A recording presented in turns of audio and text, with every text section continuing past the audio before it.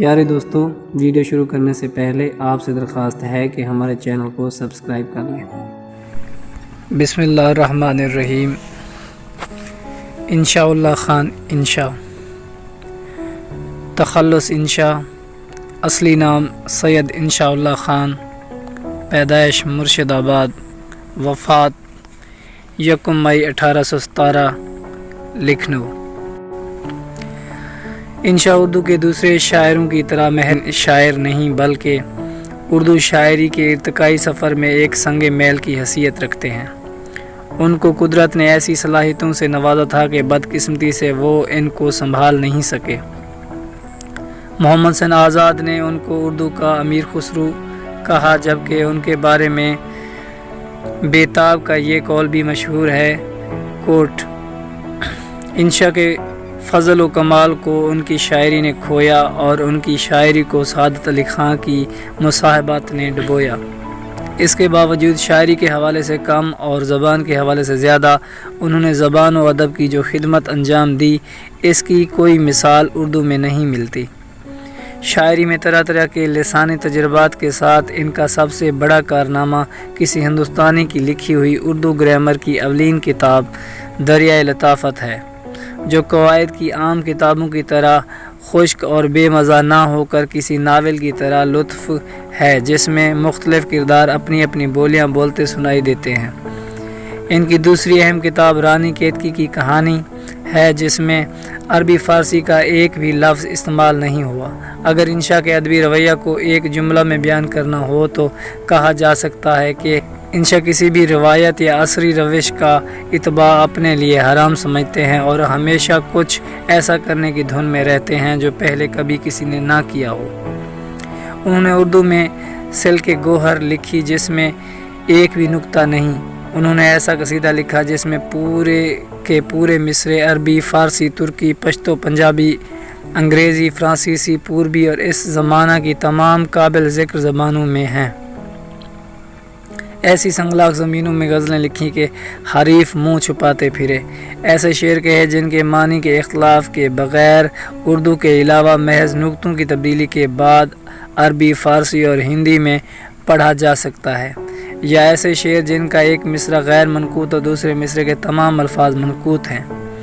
ایسے اشعار میں صنعتوں کے انبار لگا دینا انشاء کے بائیں ہاتھ کا کھیل تھا۔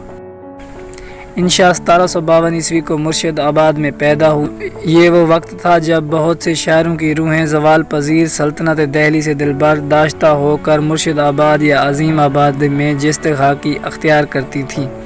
یہ خاندان نجف اشرف سے اور بعض دوسری روایت کے مطابق سمرقند سے ہجرت کر کے دہلی میں آباد ہوا تھا اور طبابت میں اپنی غیر معمولی صلاحیت کی بنا پر دربار شاہی سے منسلک تھا۔ انشاء کے والد سید ماشاء اللہ دہلی کے زبوں حالی کو دیکھتے ہوئے مرشد آباد چلے گئے تھے، جہاں ان کی خوب قدر و منزلت ہوئی، لیکن جب بنگال کے حالات بھی خراب ہوئے تو شجاع الدولہ کے پاس فیض آباد چلے گئے۔ انشاء اپنی کم عمری کے باوجود شجاع الدولہ کی مصاحبت میں شامل ہو گئے۔ شجاع الدولہ کی وفات کے بعد وہ نجف خان کے لشکر میں شامل ہو کر بنڈیل کھنڈ میں جاٹوں کے خلاف مہم میں شریک رہے۔ اس مہم کے خاتمے کے بعد وہ نجف خان کے ساتھ دہلی آ گئے۔ انشاء کے والد نے بیٹے کی تعلیم و تربیت پر خوب توجہ دی تھی اور بے پناہ ذہانت اور علم و فضل کے حوالے سے دہلی میں انشاء کا کوئی ثانی نہیں تھا۔ وہ ہفت زبان اور مختلف علم و فنون سے واقف تھے۔ قلعہ سے اپنی خاندان کی قدیم روابط کی بدولت انشاء کو دربار تک رسائی ملی اور وہ اپنی تراری اور بھانڈ پن کی حد تک پہنچی ہوئی مسخرگی کی بدولت شاہ عالم کی آنکھ کا تارا بن گئے کہ ان کے بغیر بادشاہ کو چین نہیں آتا تھا۔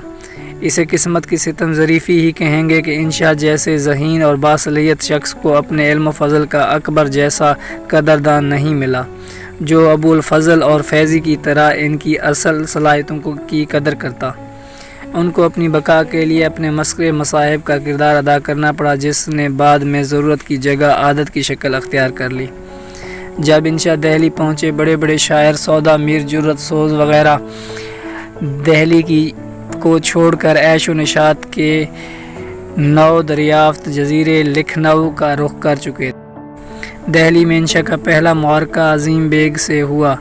ان کی علمی لیاقت بہت معمولی تھی، سودا کے شاگرد ہونے کے مدعی اور خود کو صاحب کا ہم پلہ سمجھتے تھے۔ انشا کی روش عام سے ہٹی ہوئی شاعری کی نکتہ چینیوں میں یہ پیش تھے اور اپنے مکتوب میں سودا پر چوٹیں کرتے تھے۔ ایک دن وہ سید انشا سے ملنے آئے اور اپنی ایک غزل سنائی جو بحر رجز میں تھی، لیکن کم علمی کے سبب اس کے کچھ شعر بحر رمل میں چلے گئے تھے۔ انشا بھی موجود تھے۔ انہوں نے طے کیا کہ حضرت کو مزہ چکھانا چاہیے۔ غزل کی بہت تعریف کی، مقرر پڑھوایا اور اصرار کیا کہ اس غزل کو وہ مشاعرہ میں ضرور پڑھیں۔ عظیم بیگ اس کے پھندے میں آ گئے اور جب انہوں نے مشاعرہ میں غزل پڑھی تو انشا نے بھرے مشاعرے میں ان سے غزل کی تخطیط کی فرمائش کر دی۔ مشاعرہ میں سب کو سانپ سونگھ گیا۔ انشا یہیں نہیں رکے بلکہ دوسروں کی عبرت کے لیے ایک مخمص بھی سنا دیا۔ گر تو مشاعرہ میں صبا آج کل چلے، کہیو عظیم سے کہ ذرا وہ سنبھل چلے، اتنا بھی اپنی حد سے نہ باہر نکل چلے، پڑھنے کو شب جو یار غزل در غزل چلے، بحر رجز میں ڈال کر بحر رمل چلے۔ عظیم بیگ اپنے زخم چاٹتے ہوئے مشاعرہ سے رخصت ہوئے اور اپنی جھیپ مٹانے کے لیے جوابی مخمص لکھا جس میں انشا کو جی بھر کے برا بلا کہا اور دعویٰ کیا کہ بحر کی تبدیلی نادانستہ نہیں تھی بلکہ شعوری تھی، جس کا رمز ان کے مطابق کل کے چھوکرے نہیں سمجھ سکتے۔ اگلے مشاعرے میں بھی وہ اپنی فخریہ غزل ایک طفل دبستاں ہے فلا تم میرے آگے، کیا منہ ہے ارسطو جو کرے چوں میرے آگے، لے کر گئے۔ اس معرکے میں جیت انشا کی ضرور ہوئی لیکن ان کی مخالفت بہت بڑھ گئی۔ اس زمانے میں ان کے قریبی دوستوں میں سعادت یار خان رنگین شامل تھے جنہوں نے آخری وقت تک دوستی نبھائی۔ دہلی کے حالات بد سے بدتر ہوتے جا رہے تھے۔ شہر میں لوٹ مار کا دورہ تھا۔ دربار سے بھی ان کا دل اچاٹ ہو گیا۔ لکھنؤ میں حاتم ثانی، آصف الدولہ کی سخاوت کی دھوم تھی۔ قسمت آزمائی کے لیے لکھنؤ کی راہ لی، آتے ہی وہاں کے مشاعروں میں دھوم مچائی۔ کچھ دن فیض آباد کے اپنے کرم فرما الماس خان کے پاس رہے، پھر شاہ عالم کے بیٹے شاہ سلمان شکوہ کے ملازم ہو گئے۔ سلمان شکوہ انشا سے اصلاح لینے لگے۔ مصوی پہلے سے لکھنؤ میں موجود تھے لیکن عمرہ تک ان کی رسائی نہیں تھی۔ انشا نے سفارش کر کے ان کو سلمان شکوہ کے متوسلین میں شامل کر دیا۔ ان دنوں لکھنؤ میں شاعری کی ایک نئی بساط بچھ رہی تھی جسے بعد میں لکھنؤ دبستان کا نام دیا گیا۔ انشا کے علاوہ جرت، رنگین، راغب وغیرہ ایک سے بڑھ کر ایک تماشے دکھا رہے تھے۔ سنگلاخ زمینوں میں استادی دکھانے اور چوما چاٹی کے مضامین کو ابتذال کے دہانے تک لے جانے کی ایک ہوڑ لگی تھی۔ آصف الدولہ کے بعد جب سعادت علی خان نے حکومت سنبھالی تو آصف الدولہ جیسے داد دہشت ختم ہو گئی تھی۔ وہ بخیل مشہور تھے اور مزاجن سنجیدہ تھے۔ سعادت علی خان کے دربار میں انشاءاللہ بہت دنوں بعد کسی طرح پہنچ تو گئے لیکن ان کی کوئی عزت نہیں تھی۔ ان کا رول بس دل بہلانے والے ایک مسحرک آسا تھا۔ نواب رات کے وقت عالم سرور میں دریا کی سیر کر رہے تھے۔ دفعتاً دریا کے کنارے ایک عمارت نظر آئی جس کا تاریخی نام حویلی علی نقی خان بہادر کی ہے۔ انشا سے فرمائش ہوئی اس مادہ تاریخ کو منظوم کریں اور انشا تعمیل کرتے ہوئے نہ عربی، نہ فارسی، نہ ترکی، نہ سمکی، نہ تالکی، نہ سرکی، یہ تاریخ کہی کسی لرکی، حویلی علی نقی خان بہادر کی۔ نواب کو جب کسی کی پگڑی اچھالنی ہو انشا کو اس کے پیچھے لگا دیتے۔ آزاد نے انشا کی زبانی ایک واقعہ بیان کیا ہے۔ کیا کہوں، لوگ جانتے ہیں کہ شاعری کر کے نوکری بجا لاتا ہوں مگر خود نہیں جانتا کہ کیا کر رہا ہوں۔ دیکھو صبح کا گیا، شام کو آیا تھا، کمر کھول رہا تھا کہ چوبدار آیا کہ جناب عالی پھر یاد فرماتے ہیں۔ گیا تو دیکھا کہ کوٹھے پر فرش ہے، چاندنی رات ہے، پہیدار چھپر کھٹ میں آپ بیٹھے ہیں، پھولوں کا گہنا سامنے دھرا ہے، ایک گجرا ہاتھ میں ہے، اسے اچھالتے ہیں اور پاؤں کے اشارے سے چھپر کھٹ آگے بڑھتا جاتا ہے۔ میں نے سلام کیا، حکم ہوا انشا کوئی شعر تو پڑھو۔ اب فرمائیے ایسے حالت میں کہ اپنا ہی قافیہ تنگ ہو، شعر کیا خاک یاد آئے۔